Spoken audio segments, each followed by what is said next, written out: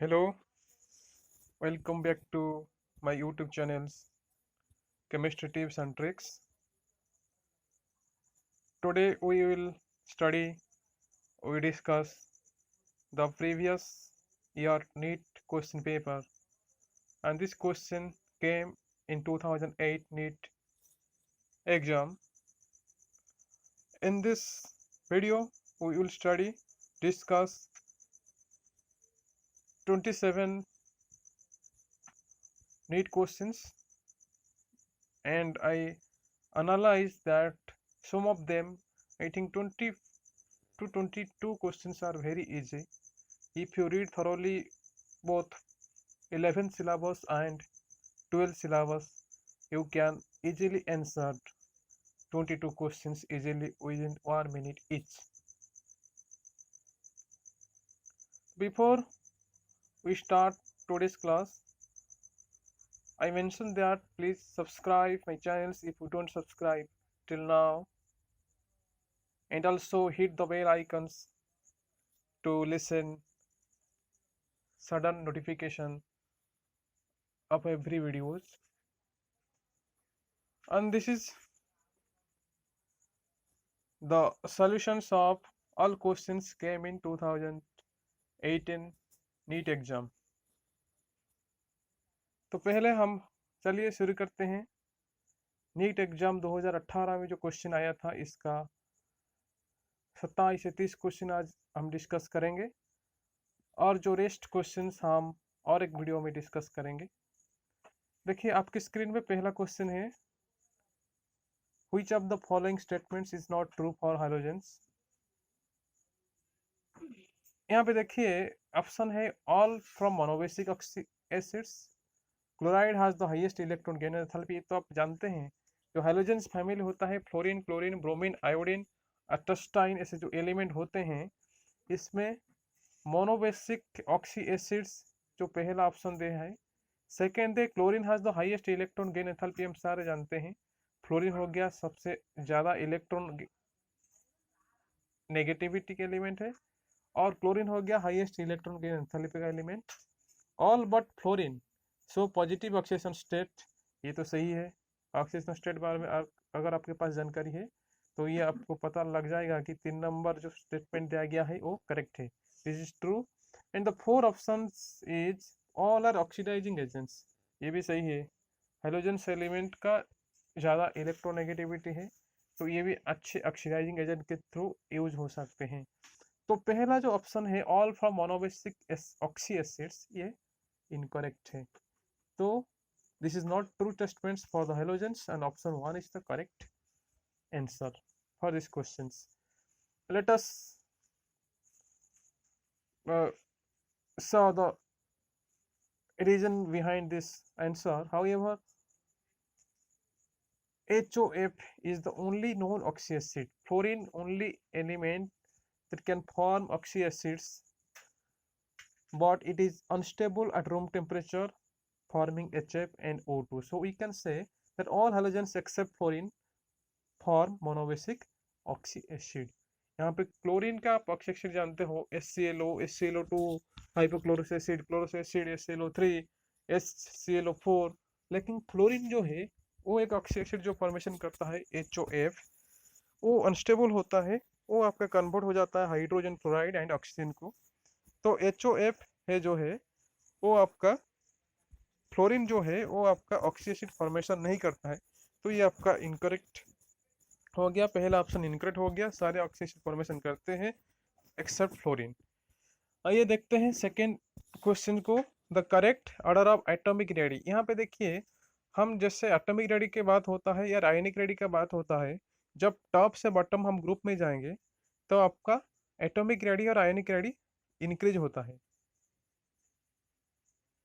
तो यहाँ पे देखिए, तो element boron, aluminium, gallium, indium, thallium ऐसे ही जानते हैं। अगर ग्रुप 13 एलिमेंट आप पढ़े हैं, पी ब्लॉक एलिमेंट का अंदर ये जाता है ग्रुप 13 एलिमेंट। एक पहला एलिमेंट है बोरोन, इसके नीचे है एल्यूमिनियम, इसके नीचे गैलियम, इसके नीचे इंडियम, इसके नीचे थैलियम। तो ऐसे ही हम देखेंगे तो 4 वाला ऑप्शन करेक्ट है, लेकिन ये नीट का क्वेश्चन है, थोड़ा दिमाग लगाएंगे, कोई भी एक्सेप्शनल केस आएगा। अगर एक्सेप्शनल केस को आप पकड़ दिए हैं तो इसका आंसर बहुत ही इजी है। तो यहाँ पे आपका आंसर हो गया 2। क्यों हो गया 2? ना यहाँ पे गैलियम का जो है डी सबसेल वो सील्डिंग इफेक्ट नहीं है इसमें। सील्डिंग इफेक्ट क्या होता है ना, the reduction of force of attraction between the outer most electrons and the nucleus is known as shielding effect. तो यहाँ पे जो फोर्स ऑफ अट्रैक्शन घटा जाता है due to the presence of inner shells orbital और इनर सेल और inner orbitals in between the outer most shell and the nucleus, तो जो फोर्स आपका घटता है उसको हम बोलते हैं सील्डिंग इफेक्ट। लेकिन यहाँ पे इसका फोर्स सील्डिंग इफेक्ट ज़्यादा नहीं होता है। आउटर मोस्ट इलेक्ट्रॉन और न्यूक्लियस के बीच कोई सील्ड कोई ढाल नहीं होता है। ऐसे ही इलेक्ट्रॉन ज़्यादा नज़दीक आता है न्यूक्लियस का तो साइज डिक्रीज होता है एल्यूमिनियम की तुलना से। एल्यूमिनियम का वैकेंट डी सबसेल है, गैलियम का भी वैकेंट डी सबसेल है, लेकिन डी इलेक्ट्रॉन जो होता है यहाँ पे सील्डिंग इफेक्ट कम है, सीलिंग इफेक्ट नहीं होता है, तो इसका साइज डिक्रीज होता है एल्यूमिनियम से। तो ऑप्शन 2 हो गया करेक्ट। बोरॉन का साइज गैलियम से कम है, गैलियम का साइज एल्यूमिनियम के कम है, एल्यूमिनियम का इंडियम से और इंडियम का थालियम से। तो ये हो गया करेक्ट ऑप्शन, ऑप्शन 2 हो गया correct. This exceptional case is due to the shielding effect. चलते हैं, ये आपका 3 नंबर ऑप्शन जो हो गया यहाँ पे देखिए in the structure ClF3 the number of lone pairs of electrons on central atom chlorine is. तो ClN3 कितना लोन पेयर इलेक्ट्रॉन हो गया। आप ऐसे ही जो क्वेश्चन आता है आप सीधे इसका वैलेंसी इलेक्ट्रॉन कैलकुलेट कर देंगे। टोटल वैलेंसी इलेक्ट्रॉन कितना है क्लोरीन में, देखिए 7 होता है आउटर मोस्ट सेल में। फ्लोरीन में कितना होता है 7 होता है, दोनों का हाइड्रोजन ग्रुप का एलिमेंट है। तो दोनों का total number of valency electron हो गया 7। ये हो गया। तो यहाँ पे देखिए दोनों का इलेक्ट्रॉन फ्लोरीन 3 है तो 7 इंटू 3 इक्वल टू 21। क्लोरीन है 7 इलेक्ट्रॉन, टोटल इक्वल टू 28। तो अगर आपका total number of valency electron count 8 से ज़्यादा होगा तो आप 8 ही नंबर है मल्टीप्लाई करेंगे। तो मैं इसको आपको बता दे रहा हूँ व्हाइट बोर्ड यूज करके। आपको तो स्क्रीन पता है, स्क्रीन क्वेश्चन में दिया गया था आपका ClF3 जो होता है इसमें आपका number of lone pair electron कितना है। तो टोटल वैलेंसी इलेक्ट्रॉन काउंट आपको करना है। टोटल वैलेंसी इलेक्ट्रॉन काउंट यहाँ पे क्लोरीन का हो गया वैलेंसी इलेक्ट्रॉन में 7, फ्लोरीन में एक में 7, तीनों है तो 21। तो total valency electron equal to 28। अगर ये वैलेंसी इलेक्ट्रॉन का नंबर 8 से ज़्यादा होता है तो आप इजीली 8 में डिवाइड करेंगे। तो 8 में डिवाइड करेंगे तो हो गया कितना आएगा ना 3 आएगा। 8 इंटू 3 इक्वल टू 24। आपका 28 से 24 जाएगा तो रहेगा आपका 4। तो यहाँ पे देखिए 4 आ रहा है तो यहाँ पे आपको इसको क्या करना पड़ेगा ना, जो आएगा इसको फिर 2 से डिवाइड करेंगे तो 2 into 2 equal to 4 that equal to 0। Remainder आपका हो गया 0 हो गया। तो पहला जो आपका आएगा यहाँ पे वो हो जाएगा आपका बॉन्ड पेयर, और इसके बाद जो आएगा वो आपका हो जाएगा लोन पेयर। इसको आप इससे ही लिखेंगे। तो यहाँ पे 2 नंबर ऑफ लोन पेयर इसमें है ClF3 में, तो 3 बॉन्ड पेयर है। तो इसे हम एक स्ट्रक्चर करेंगे तो आपको पता चल जाएगा स्ट्रक्चर क्या है। 3 बॉन्ड पेयर और 2 लोन पेयर। ठीक है, हम जाएंगे क्वेश्चन में देखेंगे आंसर क्या है। हम जो व्हाइट बोर्ड यूज करके इसका कैलकुलेशन किए थे आंसर मिला था हमको 2। तो यहाँ पे आप 2 लोन पेयर इसमें है और 3 बॉन्ड पेयर है। तो सही ऑप्शन यहाँ पे भी चुना गया है। तो 4 option is the correct option and the number of lone pairs in ClF3 that is 2। तो यहाँ पे इसका शेप यहाँ पे VSEPR थ्योरी यूज करके इसको सारे आपका कैलकुलेशन किया गया है।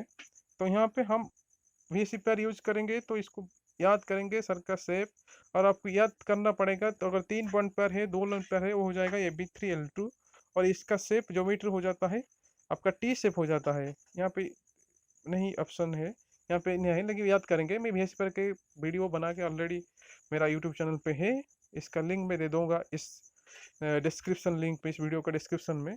तो आप इसको देखेंगे तो आपको पता चल जाएगा कि ClF3 और जैसे भी जो कंपाउंड होता है VSEPR थ्योरी यूज नहीं करके हम कैलकुलेशन यूज करके ट्रिक्स यूज करके इसका वैलेंसी इलेक्ट्रॉन काउंट करके पता कर देंगे इसका शेप क्या होता है, और लोन पेयर भी पता कर देंगे, बॉन्ड पेयर भी पता कर देंगे। ठीक है, चलते हैं अगला क्वेश्चन। यहाँ पे देखिए correct order of nitrogen compounds in the decreasing. यहाँ पे तो ऑक्सीडेशन नंबर बहुत इजी है। ऑक्सीजन स्टेट का मेरा अभी क्लास अभी चल रहा है, 2 क्लास ऑलरेडी ले चुका हूँ। कैसे ऑक्सीडेशन नंबर कैलकुलेशन करने का वो भी डिस्क्रिप्शन का इस वीडियो का मैं लिंक दे दूंगा, तो आप वहाँ पे देखेंगे तो कैसे ऑक्सीजन नंबर कैलकुलेशन होता है। पहला 11th का बहुत ही इजी चैप्टर है। मुझे लगता है all students will aware and know better understanding about this chapter, and you can calculate the oxidation number of the nitrogens in all these compounds given in these questions easily. So here the nitric acid has oxidation number equal to plus 5, NO is equal to plus 2, N2 is equal, this is the molecular state, combined state, and so the oxidation number of nitrogen is 0, and the oxidation number of nitrogen in NH4Cl equal to -3, and this is the all oxidation number. And the questions, the correct order of nitrogen compounds in its decreasing order, and the option 1 is the correct. HNO3 has highest, then NO, then N2, then NH4Cl. This is the decreasing order, that is largest to smallest. Question number 5 here in the screen. Which of the following elements is unstable to form MF6-3 ion? MF6, M is the central metal atom, and F is the ligands. There are 6 ligands attached, so this can be maybe octahedral complex. For the octahedral complex, you have to vacant d subshell in the central metal atom. If central metal atom have vacant d subshell, vacant d orbital, then it can form MF6 complex. अगर central metal में atom में आपका जो vacant d subshell होता है, अगर vacant d subshell नहीं रहेगा तो वहाँ पे आपका एक कॉम्प्लेक्स फॉर्मेशन नहीं हो पाएगा, ऑक्टाहेड्रल कॉम्प्लेक्स फॉर्मेशन नहीं हो पाएगा। तो देखिए यहाँ पे देखिए क्वेश्चन है which one of the following elements is unable to form. तो जिसके पास वैकेंट रिसेप्शन नहीं है वो फॉर्म नहीं कर पाएगा। गैलियम के पास है, इंडियम के पास है, एल्यूमिनियम के पास भी है। एल्यूमिनियम का एटॉमिक नंबर 13 है, तो 1s2 2s2 2p6 then 3s2 and 3p1. That's the aluminum also has vacant subshell. Indium has, gallium has, but boron node shows expand its octet. It cannot be expands or extends its octet to form a octahedral complex or a complex having 6 ligands. So boron is the answer, and option 3 is the correct answer. Here move to the question number 6. Considering Ellingham diagram, which of the following metals can be used to reduce alumina? Aluminium को reduce करने के लिए Ellingham diagram बहुत ही easy है। यहाँ पे आपका एक कंपैरिजन मिलता है टेम्परेचर और रिड्यूसिंग कैपेसिटी के बीच में, इसका स्टेबिलिटी के बीच में, थर्मल स्टेबिलिटी के बीच में मेटल का, मेटल ऑक्साइड का। तो वहाँ पे आपका ये जो आ गया ओर्स एंड मेटालर्जी चैप्टर आप कवर करना पड़ेगा। थोड़ी थोड़ी कुछ क्वेश्चन से इसको आप डिस्कशन कर देंगे तो इजीली आपको एलिंघम डायग्राम बहुत ही ईजी है। तो यहाँ पे देखिए वहाँ पे मैग्नीशियम एक रिड्यूसिंग एजेंट के हिसाब से यूज करता है।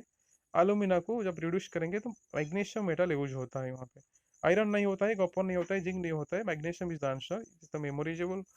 आपको मेमोरी रिमेंबर करना पड़ेगा, रिमाइंड करना पड़ेगा, ज़्यादातर प्रैक्टिस करेंगे तो हो जाएगा।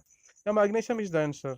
Next move to the question number 7. This very easy. The compound A on treatment with sodium gives B and with BCl5 gives C, B and C react together to give diethyl ether. A B C are in the order. तो देखिए ए अगर reaction करेगा sodium से वो होगा B, and with PCl5 gives C, वो पहले sodium से रिएक्शन करेगा फिर PCl5 से, और बी प्लस सी हो जाएगा क्या, इथ डाइथाइल ईथर। तो एबीसी का क्या है, ABC are in the order. ठीक है, आइए हम देखेंगे यहाँ पे पूरे डिटेल से हम जानकारी देंगे। अल्कोहल अगर सोडियम से रिएक्शन करके तो सोडियम अल्कोक्साइड हो जाएगा। ठीक है, PCl5 हो जाएगा तो PCl5 एक क्लोरीनेटिंग एजेंट है, वो आपका OH को रिप्लेस करके Cl बना हो जाएगा तो RCl हो जाएगा। ठीक है, तो यहाँ पे अल्कोक्साइड और अल्किल हैलाइड के बीच के विलियमसन सिंथेसिस रिएक्शन आपको याद होगा। तो यहाँ पे अल्कोक्साइड प्लस अल्किल हैलाइड और अल्किल क्लोराइड गिव्स ईथर, तो ये विलियमसन सिंथेसिस रिएक्शन हो गया। तो यहाँ पे डाइथाइल ईथर आंसर है। तो दोनों जो अल्किल ग्रुप है इथाइल ग्रुप, तो यहाँ पे इथाइल अल्कोहल यूज किया गया है। Ethyl alcohol is react with sodium metal gives sodium ethoxide, which on react with PCl5 gives ethyl chloride, and ethyl chloride react with sodium ethoxide gives diethyl ether. A हो गया ethyl alcohol, B हो गया sodium ethoxide, C हो गया ethyl chloride. Let us move to the question number 8. Hydrocarbon A reacts with bromine by substitution to form an alkyl bromide which by whose reaction is converted to gaseous hydrocarbon containing less than 4 carbon atoms। Question को थोड़ा पढ़ेंगे 2-3 बार, इसके बाद आपका समझ में आ जाएगा। Hydrocarbon react with bromine by substitution to form an alkyl bromide. Hydrocarbon हो गया, अल्केन हो सकता है, अल्कीन हो सकता है, अल्काइन हो सकता है। ऑप्शन में सारे ऑप्शन है, अल्केन का है, अल्कीन का है, अल्काइन का है। अगर ये ब्रोमीन के साथ सब्स्टिट्यूशन रिएक्शन करेंगे तो अल्किल ब्रोमाइड देगा। ठीक है, वो रिएक्शन करेगा तो हो गया अल्किल हलाइड। तो अल्किल हलाइड हो जाएगा तो वो आपका गैसेस हाइड्रोकार्बन से फिर चेंज होगा, तो उसका जो कार्बन होगा वो कार्बन पहला जो हाइड्रोकार्बन हम लिए थे इससे कम होगा। तो यहाँ पे जो रिएक्शन हो गया, पहला जो आपका हाइड्रोकार्बन मिल गया, इसमें कार्बन का नंबर है ज़्यादा है, सॉरी कम है। इसके बाद जो प्रोडक्ट में मिलता है इसका में जितना कार्बन है वो कार्बन का ज़्यादा है। तो यहाँ पे ये वुर्ज रिएक्शन तो ऐसा ही पता चल जाता है, वुर्ज रिएक्शन बोल गया तो आपको इजीली रिएक्शन बहुत ही आपको अल्केन में ही पढ़ा गया होगा या अल्किल हलाइड में आपके पास जानकारी होगा। वुर्ज रिएक्शन का क्वेश्चन है। Methane react with bromine, it will give methyl bromide is reaction, bromination reaction again sodium and ether, it will give ethane. तो A is the CH4 and B is the CH3 and CH3 ethane। तो here question number 2 that is methane will be the answer। Question में पूछा गया है ए क्या है, ए तो हो गया मीथेन हो गया। ठीक है, चलते हैं क्वेश्चन नंबर 9 को। The compound C7H8 undergoes the following reaction. C7H8 आ गया तो यहाँ पे हम पता चल जाएगा कि 6 से ज़्यादा कार्बन होगा, तो यहाँ पे आपका एक एरोमेटिक रिंग हो गया शायद। 90% तक हम दिमाग में ये घुसा देंगे कि ये आइट्रोक्वाटिक कंपाउंड हो सकता है, कभी कभी ये एलिफेटिक हो सकता है। देखिए यहाँ पे क्लोरीन का रिएक्शन हो गया, 3 मॉलिक्यूल्स ऑफ क्लोरीन। तो यहाँ पे कुछ सब्स्टिट्यूशन क्लोरीनेशन रिएक्शन हो रहा है, इलेक्ट्रोफिलिक सब्स्टिट्यूशन रिएक्शन हो रहा है। वो ही कि अल्केन हो सकता है, C7H8 यहाँ पे एक हाइड्रोकार्बन हो सकता है, वो आपका क्लोरीन रिएक्शन करेगा तो यहाँ पे प्रोडक्ट फॉर्मेशन होगा, फिर ब्रोमिनेशन होगा मेटल के साथ, फिर आपका जिंक एचसीएल रिएक्शन होगा। तो आइए देखेंगे इसका इस ग्राम डायग्रामेटिकली रिप्रेजेंटेशन क्या होता है आंसर। देखिए यहाँ पे C7H8 हो गया टॉलुइन, तो क्लोरीन हो गया, क्लोरीन का सब्स्टिट्यूशन हो गया, यहाँ पे 3 हाइड्रोजन को 3 क्लोरीन रिप्लेस कर दिया है, हो गया मेटा CCl3 फॉर्मेशन हो गया। CCl3 और टॉलुइन ये सॉरी CCl3 यहाँ पे तीनों जो क्लोरीन है गया, ये हो गया आपका मेटा रिएक्टिंग ग्रुप। तो ब्रोमीन नेशन जो होता है वो ब्रोमीन ला गया आपका मेटा पोजिशन में। तो जिंक एचसीएल का काम होता है क्या, जिंक एचसीएल जैसे कि रिड्यूसिंग एजेंट है, वो आपका क्लोरीन से आपका हाइड्रोजन डोनेट करेगा, डोनेट करके 3 मॉलिक्यूल्स ऑफ HCl निकल जाएगा, 3 क्लोरीन के जगह में आपका 3 H लग गया, तो हो गया मेटा ब्रोमोटोनिल। बहुत ईजी, थोड़ा सा डिफिकल्ट यहाँ पे है। तो पहले जो टॉलुइन का वो इलेक्ट्रोफिलिक सब्स्टिट्यूशन करेंगे, वहाँ पे जो CCl3 फॉर्मेशन होगा, थोड़ी आप घबराहट हो जाएंगे, लेकिन घबराहट होने की कोई बात नहीं है। इजीली आप यहाँ पे जो अराइल हालाइड चैप्टर होता है थोड़ा सा कवर कर देंगे तो ये क्वेश्चन का आंसर इजीली हो जाएगा। बिल्कुल, ये आंसर हो गया, ऑप्शन आपका 1 is the correct answer, meta bromotoluene formation होगा। क्वेश्चन नंबर 10 देखेंगे हम। Which oxide of nitrogen is not common pollutant introduced into the atmosphere both due to the natural and human activity। यहाँ पे सारे जो होता है ना, N2O5 जो होता है नाइट्रोजन पेंटोक्साइड को छोड़ के सारे हो गया कॉमन पोल्यूटेंट।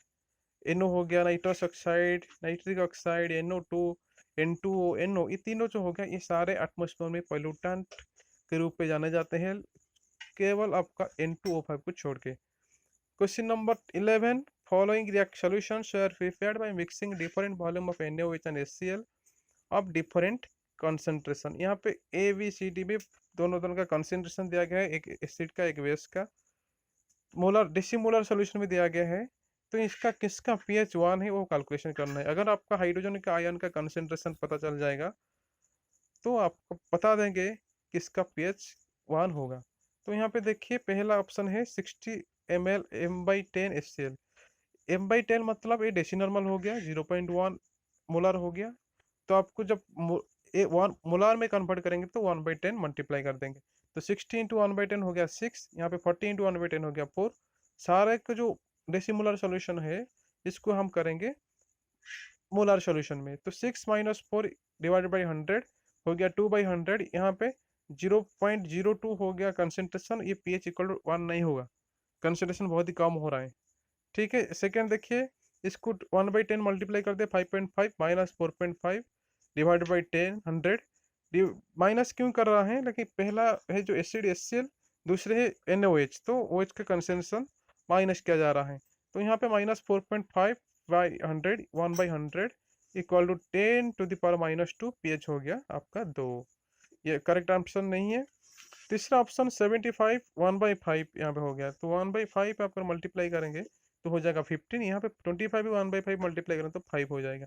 डिफरेंस हो गया 10⁻⁻1। अगर H प्लस का कंसेंट्रेशन 10⁻⁻1, पीएच का फॉर्मूला होता है minus log H plus concentration, तो minus log 10⁻⁻1 and the answer is 1। This is the correct option and answer of this question. Question number 11 has second option, that is C. C option is the correct answer.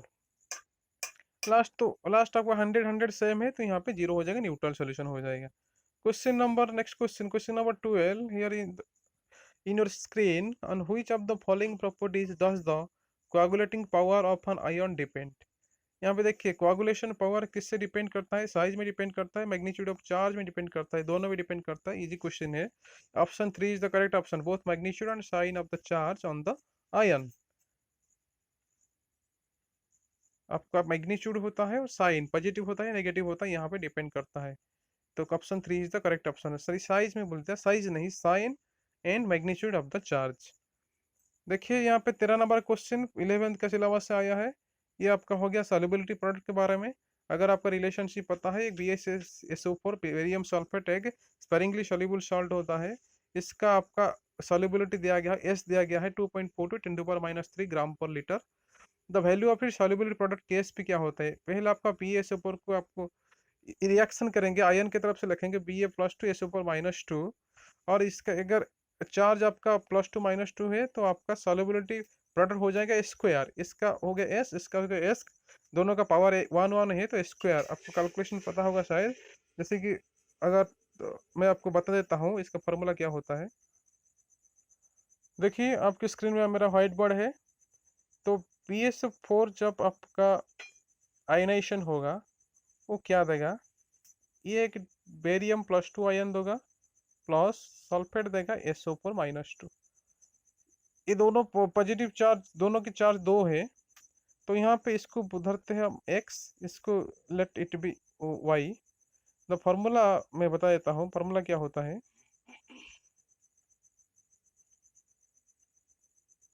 That equal to KSP equal to x⁻x into y⁻y into s⁻x plus y। x positive charge में अगर आपको मानेंगे तो होगा, y negative charge भी हो पाएगा। s हो गया सॉल्युबिलिटी, यहाँ पे x हो गया concentration of the cation, y हो गया कंसेंट्रेशन ऑफ द आनायन। तो बेरियम हम जो लिखे थे, ऐसे लिखे थे बेरियम +2 लिखे थे, तो यहाँ पे कंसेंट्रेशन हो गया 1। यहाँ पे जो SO4-2 ऐसे लिखे थे SO4-2, यहाँ पे कंसेंट्रेशन भी हो गया 1। तो x is equal to 1, y equal to 1। if you put the value of x and y, then you can get, मैं अभी बता देता हूँ। Okay, late it B. मैं और एक स्क्रीन ऐड करता हूँ। देखिए यहाँ पे KSP इक्वल टू x हो गया 1 1 टू द पावर 1, y हो गया 1 1 to the power 1 into s⁻1 + 1 that equal to s square. यहाँ पे KSP हो गया s स्क्वायर। ठीक है, चलते हैं। मैं तो आपको समझ दिया क्या KSP और S में रिलेशनशिप कैसे हम निकालेंगे। तो यहाँ पे KSP इक्वल टू स्क्वायर हो गया, स्क्वायर हमको पता है, स्क्रीन में दिया गया है। क्वेश्चन में आपका कैलकुलेशन करना पड़ेगा। Solubility product, solubility of barium sulphate है 2.42, तो सॉल्युबिलिटी हो गया है, तो KSP कैसे कैलकुलेशन करेंगे। तो वैल्यू ऑफ सॉल्युबिलिटी प्रोडक्ट हमको कैलकुलेशन करेंगे। मोलर मास यहाँ पे दिया गया है, तो सॉल्युबिलिटी कैसे हो जाएगा ना, S इक्वल टू ऐसे ही हमें मोलर मास में वो डिवाइड कर दिए हैं 1.039 10⁻⁻5 हमको मिल गया है। तो KSP इक्वल टू स्क्वायर, तो S के स्थान में हम 1.039 इंटू 10 पावर माइनस ऐड कर दिए हैं। आंसर हो गया 1.08 इन 10 पावर माइनस 10 मोलर। देखिए अगला question, question number 14। Given van der Waals constant for ammonia, hydrogen, oxygen, carbon dioxide are respectively 4.17, 0.244, 1.36 and 3.59। Which one of the following gases is most easily liquefied. ये आपको याद करना पड़ेगा, जिसका वैन डर वाल्स कांस्टेंट ज़्यादा है वो आपका इजीली लिक्विफाइबल गैस होगा। तो यहाँ पे अमोनिया का ज़्यादा है 4.17, तो वही अमोनिया इजीली लिक्विफाइबल गैसेस होगा इस ऑप्शन में। तो for ammonia is high, so van der Waals constant, that is A, is high, so it is most easily liquefied. Option 1 is the correct option. This question came from gaseous state chapter from class 11th. Move to the question number 15. This is very important. This questions come from D block elements, or you can say the coordination compound. Match the weight ions given in column 1 with the spin magnetic moments of the ions given in column 2 और assign the correct code। यहाँ पे जो ion cobalt का, chromium का, iron का, निकल का दिया गया है, सारे का मैग्नेटिक मोमेंट क्या होता है, बहुत ही इजी फार्मूला है। यहाँ पे दिया गया फार्मूला म्यू होता है क्या ना, n इंटू n+2। तो अब इससे पहले आपको डी इलेक्ट्रॉन्स कैलकुलेशन करना पड़ेगा। तो ठीक है, मैं आपको व्हाइट बोर्ड यूज करके बता देता हूँ। देखिए व्हाइट बोर्ड आपका स्क्रीन पे है। पहला क्वेश्चन दिया गया था कोबाल्ट CO+3। तो कोबाल्ट का एटॉमिक नंबर क्या होता है 27, +3 होता है, मतलब 3 इलेक्ट्रॉन कम है, तो 27 - 3 = 24। तो कोबाल्ट +3 में इलेक्ट्रॉन डी इलेक्ट्रॉन हो गया 24। 24 हम कैसे लिखेंगे, आउटर मोस्ट शेल से इलेक्ट्रॉन जाएगा, पहला हो गया आर्गन का 18, इसके बाद 4s2 27, तो 3 इलेक्ट्रॉन जाएगा, 4s इलेक्ट्रॉन चला गया, डी से एक इलेक्ट्रॉन चला गया, इसके बाद बचा 3d6 हो गया वैलेंस इलेक्ट्रॉन कोबाल्ट का। तो D6 में आप लिखेंगे तो ऐसे, तो डी का 5 ऑर्बिटल होता है, तो कितना अनपेड इलेक्ट्रॉन रहेगा, तो आइए देखते हैं। तो डी का 5 ऑर्बिटल होता है 1 2 3 4 5। D6 मतलब सारे में सिंगल पिल होगा पहला, इसके बाद 6 ये पेयर हो जाएगा। तो पहला डी ऑर्बिटल में कोई अनपेड इलेक्ट्रॉन नहीं है, लेकिन ये चारों में आपका एक एक अनपेड इलेक्ट्रॉन है, तो number of unpaired electron equal to यहाँ पे 4। तो अगर हम फार्मूला यूज करेंगे, mu equal to magnetic moment n equal to n into n+2 whole root over, where n is equal to 4, 4 into 4+2 is equal to 24 root over, that equal to you can calculate 2√6।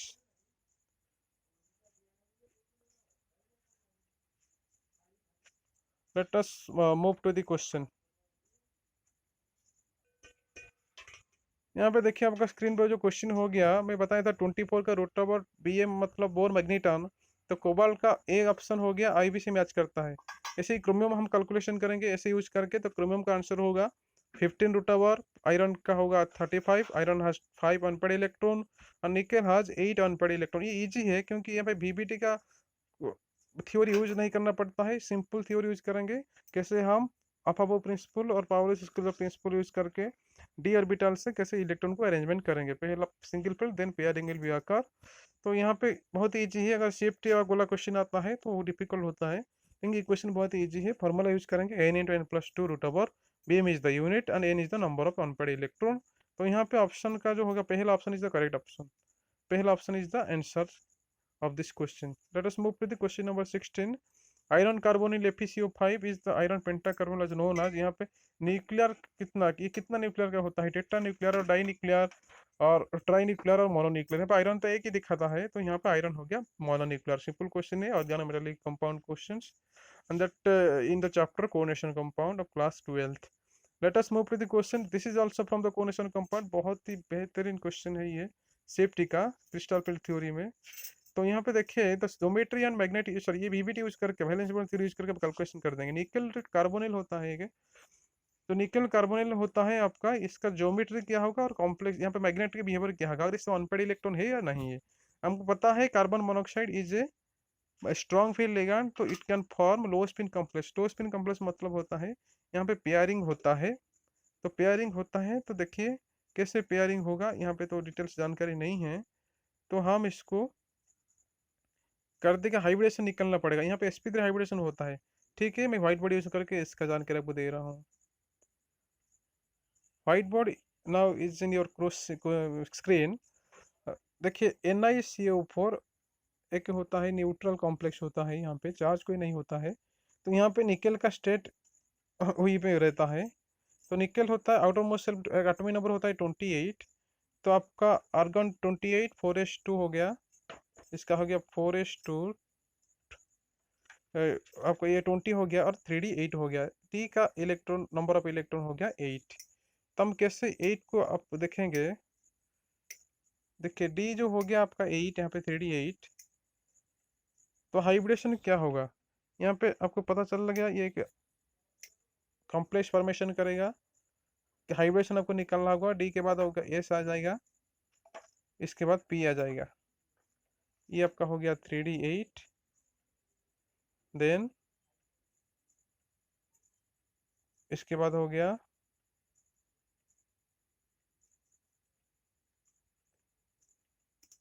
4sp 4p, sorry 5s and 5p। तो यहाँ पे T का 5 orbital होता है, S का 1 और P का 3 होता है। तो यहाँ पे डी 8 हो गया, 1 2 3 4 5 6 7 8, दो अनपेड इलेक्ट्रॉन बचा। तो यहाँ पे जैसे कि आपका लो स्पिन कॉम्प्लेक्स फॉर्मेशन हो रहा है, carbon is strong pin ligand, तो हमको ये दिखाना पड़ेगा। यहाँ पे 4s यहाँ पे है, ये हो गया 4p, सॉरी 4s 4p होता है।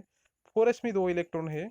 जैसे कि आपका ये आपका स्ट्रॉन्ग पिन लिगैंड है, तो लो स्पिन मतलब ये पेयरिंग होगा, ये पेयरिंग हो जाएगा, फिर ये वहाँ पे चला जाएगा।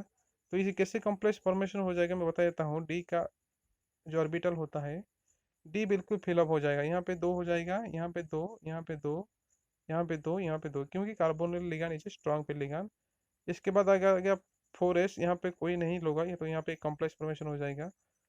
5 4p जो हो गया, यहाँ पे वैकेंट है, तो यहाँ पे कॉम्प्लेक्स, यहाँ पे कार्बन लिगैंड, यहाँ पे कार्बन लिगैंड, तो 4 कार्बन लिगैंड यहाँ पे अटैच हो जाएगा। तो यहाँ पे भी, तो यहाँ पे देखें ये हो गया 4s, ये हो गया 4p, मतलब एक s ऑर्बिटल 3 p ऑर्बिटल। तो हाइब्रिडेशन हो गया sp3।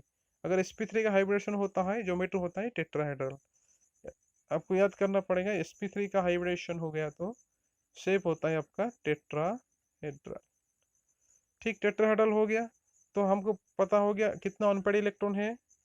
अनपेड इलेक्ट्रॉन का बात करेंगे, D8 कोई तो अनपेड इलेक्ट्रॉन नहीं है, आपका D10 हो जाता है। मैं बता गया वहाँ पे अनपेड इलेक्ट्रॉन नहीं है, तो यहाँ पे हो गया। अगर अनपेड इलेक्ट्रॉन नहीं है तो ज्योमेट्री आपका हो जाता है डायामैग्नेटिक। अगर अनपेड इलेक्ट्रॉन है तो इसको बोलते हैं पैरामैग्नेटिक। तो ये जो क्वेश्चन है, क्वेश्चन का आंसर हो गया टेट्राहेड्रल ज्योमेट्री दिखेगा और डायमैग्नेटिक होगा। चलते हैं क्वेश्चन हम देखेंगे आंसर क्या है। देखिए अब क्वेश्चन का आंसर भी आपका स्क्रीन पे मौजूद है। Option 4 is the correct option. Tetrahedral geometry के साथ डायमैग्नेटिक बिहेवियर दिखाएगा। कोनेशन नंबर 4 है, C is the strong field ligand, tetrahedral geometry formation होगा और डायमैग्नेटिक दिखाएगा। ठीक है, चलते हैं question number 18। Which one of the following ions exhibits d transition and paramagnetism as well. तो पहले तो आपको डी ट्रांजिशन देखने के बाद, डी होता है क्या, डी ऑर्बिटल से डी ऑर्बिटल ट्रांजिशन होता है, मतलब ये डी ब्लॉक एलिमेंट से होता है, जिसके बाद वैकेंट डी सबशेल होता है। और डी इलेक्ट्रॉन होता है, डी इलेक्ट्रॉन लिगैंड आपका मेटल को ट्रांसफर करेगा। तो यहाँ पे देखिए डी ट्रांजिशन और paramagnetic shown by manganate ion में होता है। तो मैंगनीज आयन में MnO4 - 2 हो गया। तो यहाँ पे मैंगनीज का ऑक्सीजन तो +6 है, यहाँ पे डी के पास एक इलेक्ट्रॉन है। अगर हम ऐसे ही कैलकुलेशन करेगा तो परमैंगनेट जो होता है MnO4 - हो जाएगा Mn+5, Mn+5 और एक इलेक्ट्रॉन लॉस हो जाएगा, तो डी में इलेक्ट्रॉन नहीं बचेगा।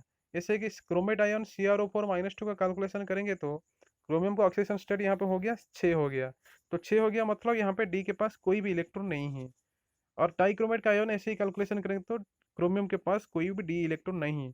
तो जिस लिगैंड के पास डी इलेक्ट्रॉन होता है वही डी इलेक्ट्रॉन लिगैंड, इसका डी इलेक्ट्रॉन का ट्रांजिशन होता है मेटल का डी इलेक्ट्रॉन के साथ। तो यहाँ पे manganate ion is the correct option, क्योंकि इसके पास एक ही डी इलेक्ट्रॉन है तो यहाँ पे डीडिटाइजेशन हो सकता है और यह भी पैरामैग्नेटिज्म दिखाया, क्योंकि यहाँ पे अनपेड इलेक्ट्रॉन है। जिसके पास अनपेड इलेक्ट्रॉन होता है उसका बिहेवियर मैग्नेटिक बिहेवियर होता है पैरामैग्नेटिक, और जिसके पास अनपेड इलेक्ट्रॉन नहीं है इसका मैग्नेटिक बिहेवियर होता है डायमैग्नेटिक। तो यहाँ पे option 2 is the correct option and the answer of this question. Question number 19, the type of isomerism shown by the complex. ये बहुत ही इजी है, कोऑर्डिनेशन कंपाउंड के बहुत ही क्वेश्चन इसमें आया है। I think 10 to 12 questions came from coordination compound chapter. And the type of isomerism में दिखाता है कोऑर्डिनेशन कॉम्प्लेक्स है, यहाँ पे एन एक बाइलेटरल लिगैंड है, तो हो गया आपका ज्योमेट्रिकल आइसोमरिज्म शो करेगा यहाँ पे। ऑप्टिकल आइसोमरिज्म नहीं होगा, ऑप्टिकल शो करेगा और ज्योमेट्रिकल भी शो करेगा, सी ट्रांस आएगा। दोनों टाइप का लिगैंड है, तो यहाँ पे ऑप्टिकल का कोई ऑप्शन नहीं है, तो यहाँ पे दिखाएगा only geometrical isomerism. Question number 20, identify the major product P Q R in the following sequence of reaction. तो यहाँ पे देखिए बेंजीन के साथ ये जो रिएक्शन दिखा जा रहा है, अगर आप सही तरफ से फिनोल को पढ़े हैं, इसका प्रिपरेशन फ्रॉम क्यूमिन और बेंजीन से आप पढ़े हैं, तो बिल्कुल डिटेल रिएक्शन दिया गया है। ये क्वेश्चन बहुत सारे नीट एग्जाम में आया है अभी तक, तो बहुत से आपको याद कर देंगे। ये तो क्वेश्चन आइसोप्रोपाइल बेंजीन हो जाएगा पी, इसके बाद O2 आ जाएगा क्यूमिन हाइड्रोपेरोक्साइड, हाइड्रोलिसिस करें तो फिनॉल। तो ये question option 2 is the correct option हो गया। देखिएगा आंसर बिल्कुल दिया गया है कार्बोकैटायन। यहाँ पे देखिए फ्रीडल क्राफ्ट अल्किलेशन रिएक्शन होगा, tertiary carbocation is more stable, तो isopropyl benzene will be form and which one reacts with O2 and hydrolysis form phenol and acetone. Question number 21, which of the following compounds can form deuterions? Aniline will not form deuterion से मतलब क्या होता है, dipolar charge होने वाला है। इसके बाद डाइपोलर चार्ज होता है, पॉजिटिव चार्ज होता है, नेगेटिव चार्ज होता है, इसको हम बोलते हैं एसिडिक बिहेवियर दिखाता है, बेसिक बिहेवियर दिखाता है, इसको बोलते हैं ज्यूटर आयन। अनिलिन तो नहीं है, ग्लाइसिन अमीनो एसिड ही ज्यूटर आयन हो सकता है, तो बेंजोइक एसिड नहीं है, एसिड ही, एसिड अनिलाइड भी नहीं होगा, ग्लाइसिन होगा। ग्लाइसिन का स्ट्रक्चर दिया गया है, यहाँ पे CO माइनस आयन है, NH3 plus positive negative ion है, तो ये है zwitter ion. Question number 22, which of the following molecules represent the order of hybridisation. तो आपको यहाँ पे जब आएगा इसके बाद ट्रिपल बॉन्ड होता है, वो आपको एक सिग्मा बॉन्ड आएगा तो sp3, यहाँ पे एक पाई बॉन्ड आ गया तो sp2, एक से ज़्यादा पाई बॉन्ड आ गया तो sp। तो ट्रिपल बॉन्ड के पास आपका हाइब्रिडेशन हो जाता है sp, सिंगल बॉन्ड के पास sp2, सॉरी sp3, और डबल बॉन्ड के पास sp2, भी आपको याद करना पड़ेगा। देखेंगे तो सी पहला जो ऑप्शन है sp2 sp2 sp sp, तो डबल बॉन्ड कहाँ पे पहले ढूंढेंगे, पहला ऑप्शन में sp2, इसके बाद sp2 होगा, थर्ड ऑप्शन देखिए sp2 हो पाएगा। एक सिग्मा तो sp3, एक पाई आ गया तो sp2, एक पाई से ज्यादा पाई आएगा तो sp। तो ऑप्शन 3 का पहला जो कार्बन है sp2, सेकंड कार्बन है sp2, दूसरे में भी sp2 sp2, तो option 3 is the wrong option. Option 4 I think correct option, पहला sp2, इसके बाद sp2, इसके बाद sp, इसके बाद sp। तो यहाँ पे option 4 is the correct option. यहाँ पे जो हाइब्रिडेशन है sp2 है, sp2 है, इसके बाद sp sp है, डबल बॉन्ड है sp2 के लिए, ट्रिपल बॉन्ड है sp के लिए। Question number 23, which of the following carbocations is expected to be most stable. यहाँ पे NO2 is the electron withdrawing group, electron को खींचेगा, विड्रॉ कर देगा, तो यहाँ पे कार्बोकैटायन देखेंगे। और ये भी आपको शॉर्टकट ट्रिक में कैसे पता चल रहा है, देखेंगे NO2 इज मेटा रेटिंग, कहाँ पे मेटा पोजिशन में लगा है ना, ऑप्शन 3 में। तो यहाँ पे जो कार्बोकैटायन है, पारा का कार्बोकैटायन फॉर्मेशन है, वो कार्बोकैटायन इज मोर स्टेबल, क्योंकि इलेक्ट्रॉन विड्रॉइंग ग्रुप जो लगता है, पारा position is the more pronounced for the electrophilic substitution reaction, और सॉरी न्यूक्लियोफिलिक सब्स्टिट्यूशन रिएक्शन। तो पारा पोजिशन पे जो कार्बोकैटायन फॉर्मेशन होता है वो मोर स्टेबल कार्बोकैटायन हो जाता है, यहाँ पे जब इलेक्ट्रॉन विड्रॉइंग ग्रुप अटैच होता है। और ये शॉर्टकट ट्रिक दिमाग लगा के बता देते हैं कि जब नाइट्रो ग्रुप लगता है, इसका जो कंपाउंड फॉर्मेशन होता है वो मेटा कंपाउंड फॉर्मेशन हो जाता है, इलेक्ट्रोफिलिक सब्स्टिट्यूशन रिएक्शन जब होता है। तो यहाँ पे मेटा कंपाउंड कहाँ है ना, ऑप्शन 3 में है, तो option 3 is the correct option in the answer of this question, that is this carbocation is more stable carbocation. बिल्कुल आई इफेक्ट के क्वेश्चन आया है, माइनस इफेक्ट का ऑर्डर बहुत इजी है, इंडक्टिव इफेक्ट आप जो जनरल इलेक्ट्रॉनिक केमिस्ट्री का ये जो ऑर्डर है मैं बिल्कुल डाल दिया हूँ। वीडियो मेरे पास है यूट्यूब चैनल पे, आप देख पाएंगे। अगर इसके साथ साथ मैं इस वीडियो का डिस्क्रिप्शन में लिंक दे दूंगा, तब इजीली आपको अंडरस्टैंड कर पाएंगे। तो यहाँ पे NH2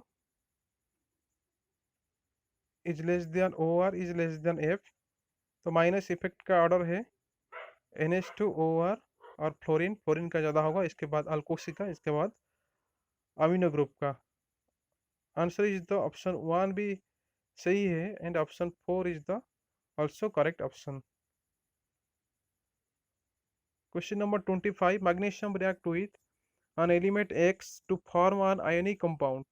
If the ground state electronic configuration of X is 1s2 2s2 2p3, the simplest formula of this compound is 1s2 2s2 2p3, मतलब इसके पास इलेक्ट्रॉन है 3 + 2 5 equal to 7. 7 has a number of electrons that equal to nitrogen, so it is nitrogen.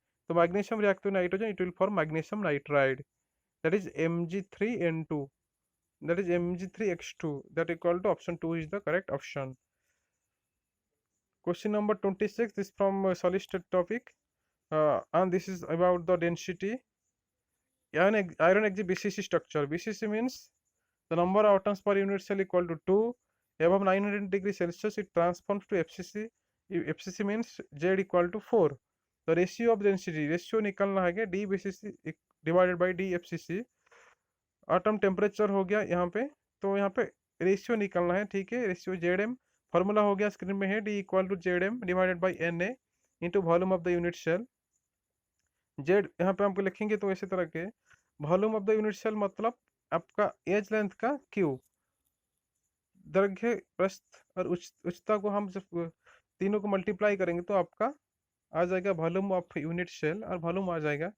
तो यहाँ पे ऐसे ही formula हो जाएगा, screen पे है Z FCC divided by Z BCC divided by Z FCC into A FCC divided by A BCC whole Q.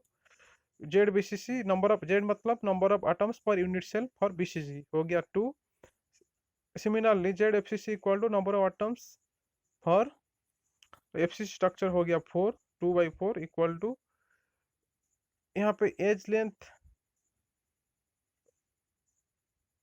यहाँ पे एज लेंथ का तो ऑप्शन नहीं है। यहाँ पे ratio of the density of iron at room temperature to that of iron is assuming molar mass and atomic radii of iron remains constant with temperature.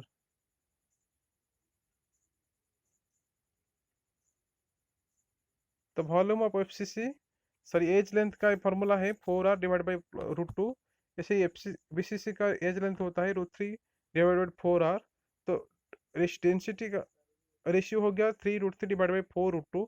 यहाँ पे जो हो दिया गया है आपका एज लेंथ FCC का BCC का, वो एक फॉर्मूला है, फॉर्मूला से आपको याद करना पड़ेगा।